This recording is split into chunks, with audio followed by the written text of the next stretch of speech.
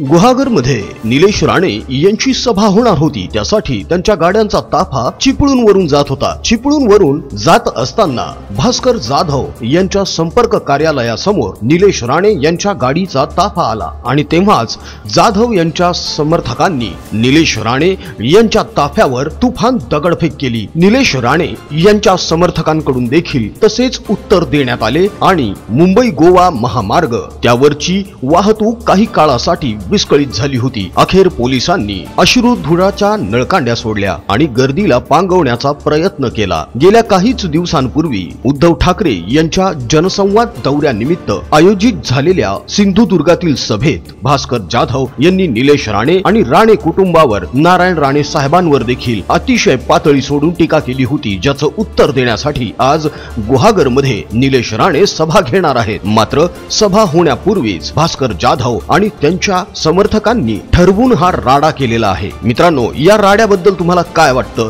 ते comment box मध्ये नक्की लिहा। राजकीय घडामोडींच्या अपडेटसाठी महाप्रपंच हे YouTube चॅनल सबस्क्राइब करा।